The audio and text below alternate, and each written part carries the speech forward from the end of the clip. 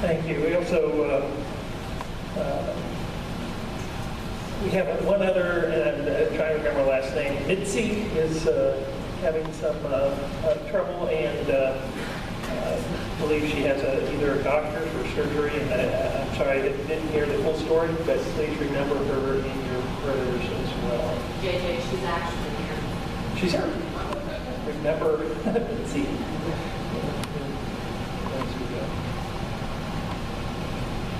Okay.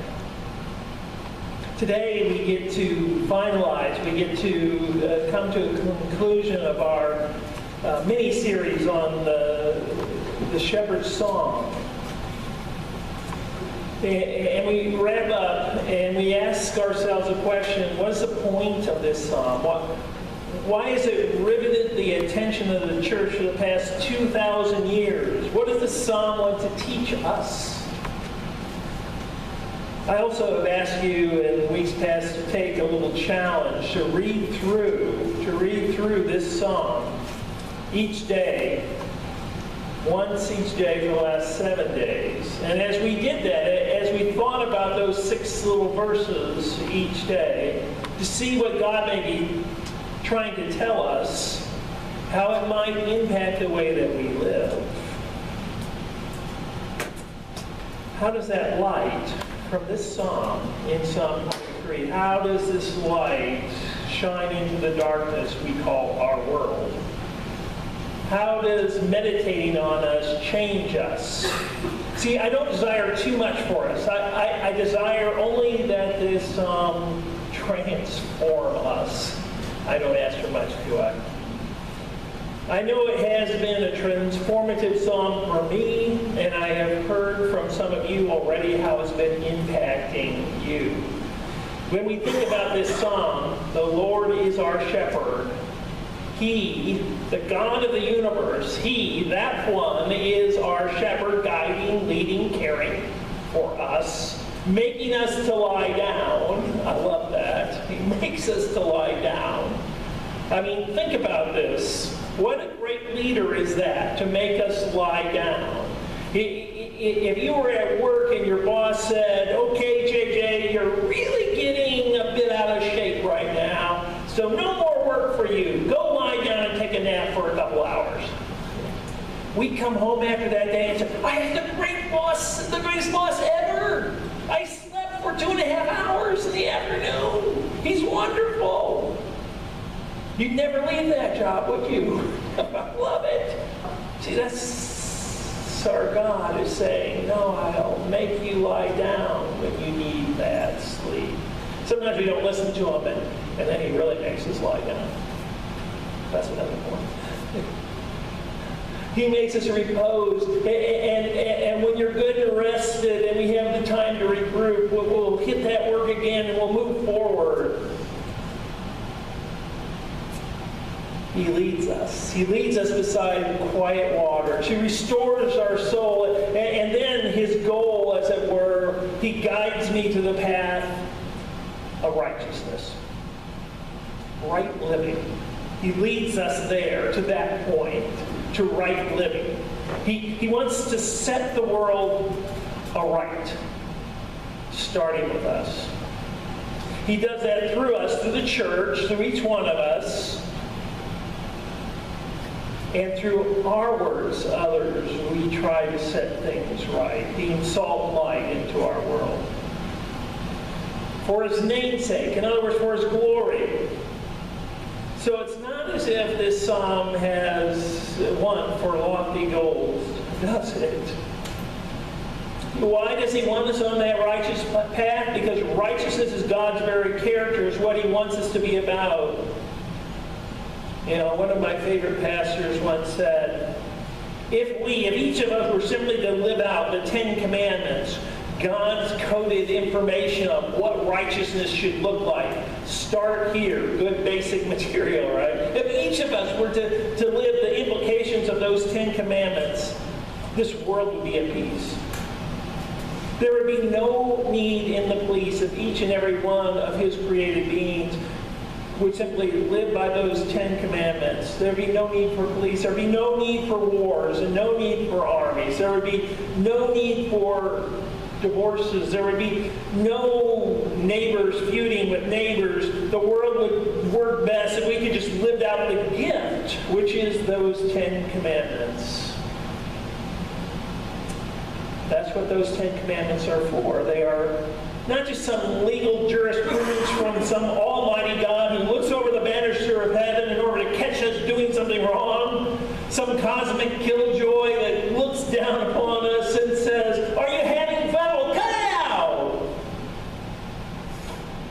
No, rather it's the way the world is made right. But understanding this God, the God who created us, the one who knows how to live this life well, He tells us the ways of righteousness. So our world, under His careful guidance, under His love, under His care, how it works best. They are for us. And in this little psalm, the first 3 verses, we are told we are being guided, loved for, cared, protected. And the reason for all that is so that we might walk in those paths of righteousness. It's pretty cool. And besides this righteousness, there's no need to want for anything else besides it. That's why it says that. No need for anything that we could be lacking in our minds, wanting for nothing more than a relationship with our shepherd. And to live in the right, because that is the way He made us. The way He restores us will restore our world. And you might complain at this point. You would say, JJ, that's just not how my world works. You just don't understand. There just aren't any still waters around here. And I've been wanting to take that nap for a long, long time now without much success. I do hear you. It's easy to get caught up in the struggles of this world. And that's where the psalmist goes next in these next 3 verses. The first 3 is goodness, how He provides, how He cares, how He guides us to righteousness, His goodness. And the next 3 really focused on His mercy. His mercy.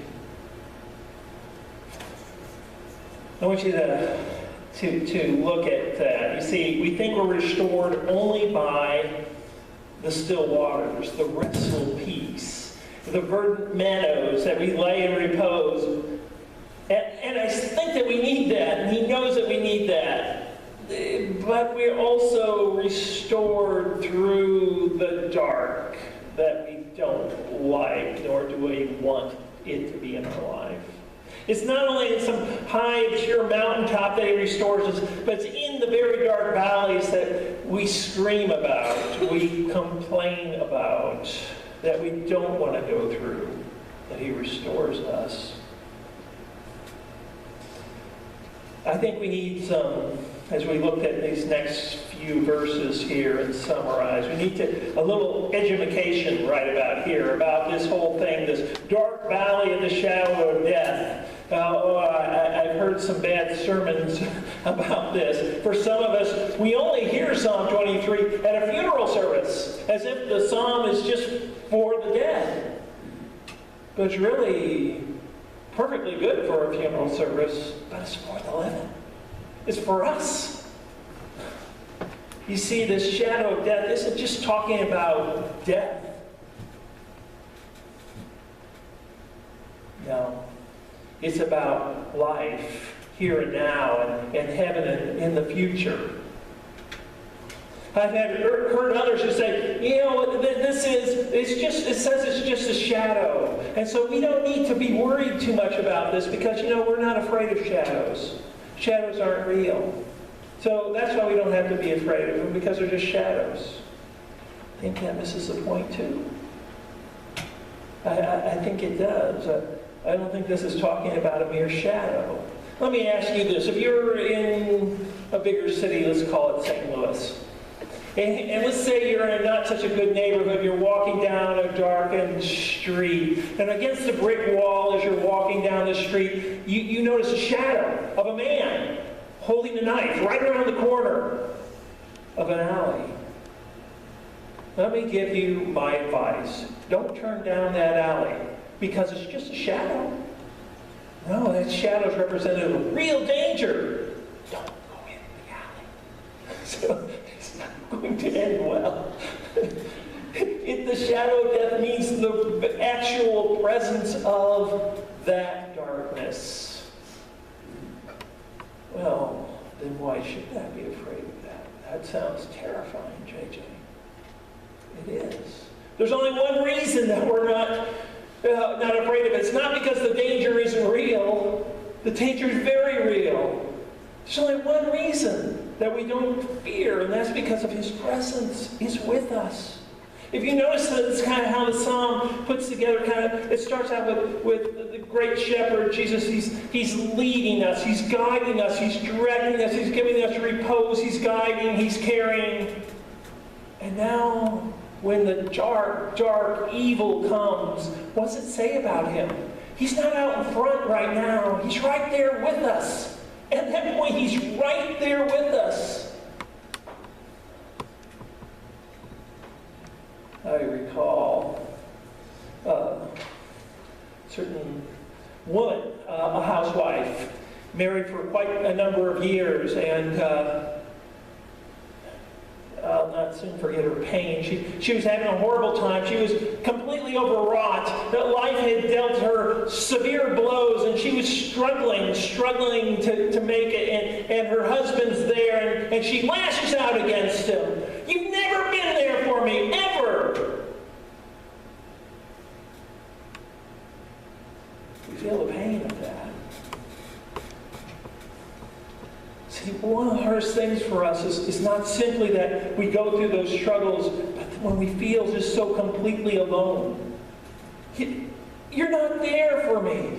Whether that was true or a time of emotional distress where it was just what was said, doesn't matter. It's how it was perceived and how she received it at that time. To this feeling of abject aloneness, and that's what God is promising here. That when those dark valleys hit, He's there right with us. I don't know, JJ, if He's right there with us, why doesn't He get rid of Him? Because I'll tell you right now, I can't stand it anymore. We have to believe there is a greater purpose, that even through the dark, that we will not understand this side of heaven. It will look like the back of a tapestry. Have you ever seen the back of a tapestry? It looks like a jumbled mess of what are they made of? Yarn and whatever they're made of. Some lady would know. They're never made of yarn, JJ. But whatever, it looks ridiculous on the backside, right? We never hang it the backside up, do we? We hang it in the beautiful picture on the front side. Why? Because that's what we want to look at. Brothers and sisters, this life sometimes looks like the backside of that tapestry. It looks like a jumbled mess. There's no order in this. JJ, don't you dare tell me that God has an order in this for me. Yeah, that's what I tell you, because that's what the Psalm says. He's there with you. He wouldn't take you through anything that didn't need to be gone through. It's one of those hard truths for us. I'm not immune to the feeling of it doesn't make sense. We fear no evil because of His presence. His rod and staff, they comfort me. We mentioned last week that the rod and staff can be used to correct us, the sheep. It's used primarily to protect, to guide them through safely. In the wise shepherd's hand, in His might. The club's just an extension of His right hand, His might. Yes, if one of us goes astray, He'll use it and leave the 99 to seek those and save the one that's troubled. But He's there to protect us. And I'm going to suggest even the unthinkable here. Not only can we endure those dark times, not only can we say, well, maybe there is something, But I think Christians, I think there's a certain element that we should actually be excited by. What? Excited by them. Think about it. Our deepest growth often happens through those dark times. The things that we cannot understand, cannot believe, can't imagine we're walking through, those are the times where He's there with His club. Where we go and say, well, if I try to share the gospel with them, they'll cut me down. They won't listen to me. They won't listen to a word I have to say. If I just witness ever so slightly to this person, they're not going to hear, they're going to reject. JJ, in certain parts of this world, if you mention Jesus Christ, they're going to slit your head open. That seems a little extreme. Why should I be excited about that? See what God does. He's right there. In those times, that's when the promise says, He's right there with you. My God's here, and He has a big club. Oh, but JJ, you might slip away as your head gets chopped off.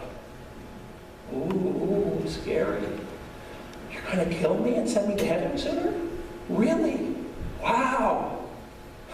I mean, if you think of the worst possible thing that could happen, I get sent to heaven sooner? Wow. I mean, if we really understand that this life that we live isn't just this life. It's this little section of life that goes on into eternity. And God, the maker of all heavens and earth, who hung the stars and spun the planets into motion, He is the one who's with us. The reason I gave that assignment to really think through the Psalms for the Psalm 23 for these 7 days is because it's so life-changing as we set our thinking right.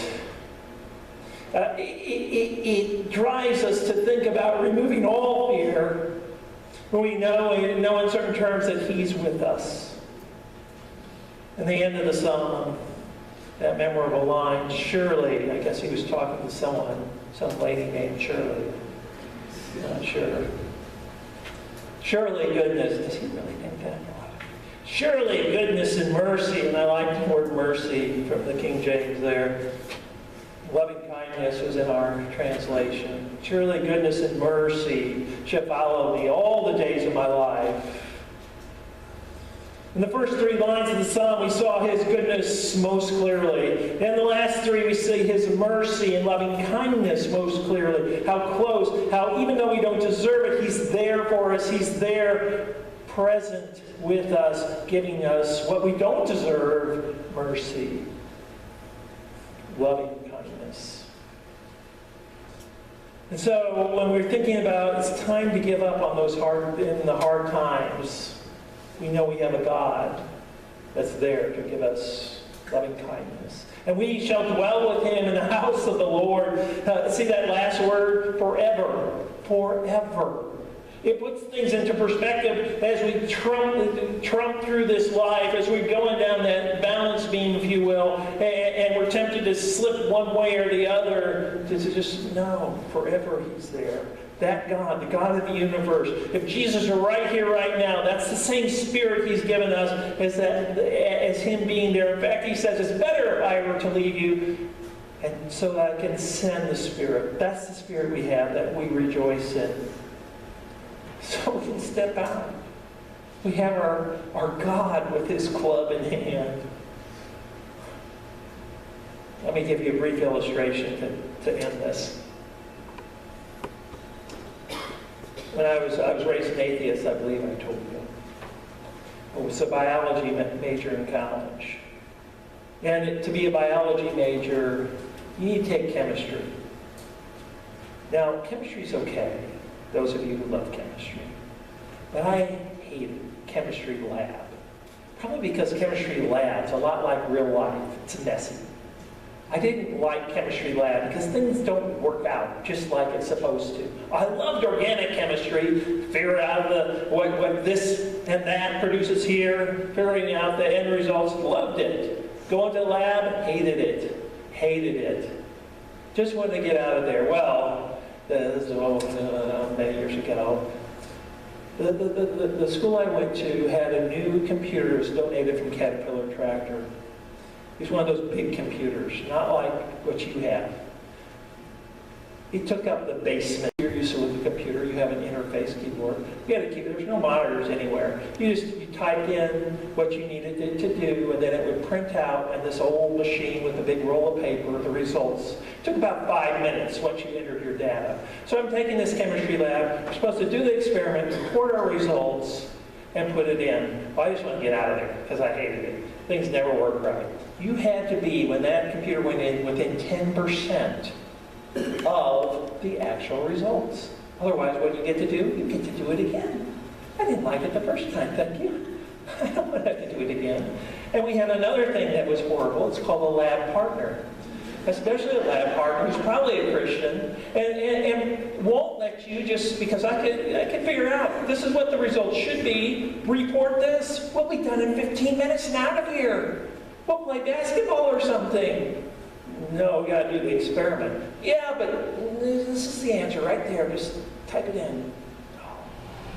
Here we do it. I can see the numbers not coming out right. We type it in. It's wrong. Gives you the thing that reads out. It says this. It says, outside 10% error margin. Really? You know, that means doing it all over again. I was so frustrated. The teacher looks at me. Dear Indian man who looks at me in chemistry lab can see that I'm about to lose it probably, you know. And he comes over and he says, how'd the results come out? Not within 10% margin of error, I told him. And he said something to me. Now, I've taken a lot of classes and I remember very few of them, but this I remember. He said, why do you expect it to be perfect? There's only one person in history that's ever been perfect. Son tried again and he put his big hand on my shoulder. What did he do? He witnessed. He witnessed. Didn't expect it. Was no Christian. But I had a step that said, you know what, this smart chemist guy thinks it's okay to worship the one who is perfect. And it was just like one more step in that thing that said, consider the claims. Consider these claims. We have that same opportunity every day.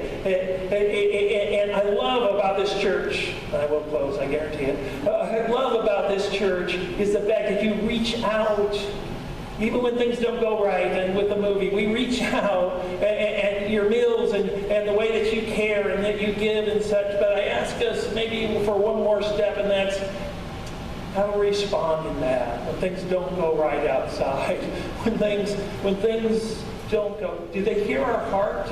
Do they hear the heart that, no, he's in control. Technology, no, that's something else, but he's still in control. Do people hear our heart? Do our neighbors know our heart? Or do the neighbors only know that we don't like the way you tend your grass? Small things. Do we step out and put ourselves on the line and say, this is the one who casts the world into motions and controls my heart and soul? We're going to close not with a prayer, but with a worship song. In that song being,